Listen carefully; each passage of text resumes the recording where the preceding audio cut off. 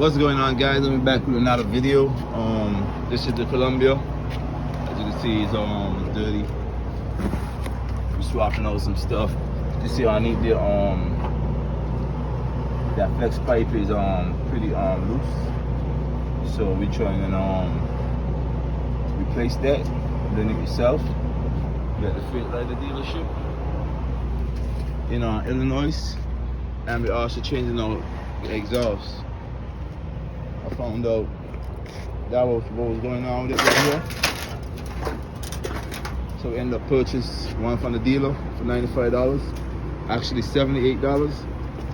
We also bought a brand new seat to go up inside of there on the driver's side, and we're gonna buy a tip, and we're gonna fix this problem right here and get it over with and get back to rolling. We're on a load right now, so you're gonna get this done fast, doing it yourself, saving some money. And I'm gonna give y'all the price on the parts and the tools needed. Stay tuned. We have to move the air filter so that we could get to this socket right here and get it loosened so that we could probably get a longer flex pipe.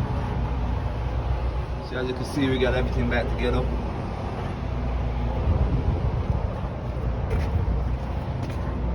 Got bottom piece back together. We got the end and everything back together. The stack, the top piece was $108. This piece was about $70–$80. The chair that I bought was $373 or $75, around $400. I'll be putting on the seat a little later after I finishing the wood floor in the truck. So yeah, thanks for watching. Like, comment, subscribe. Stay tuned for the final update and restoration of the truck.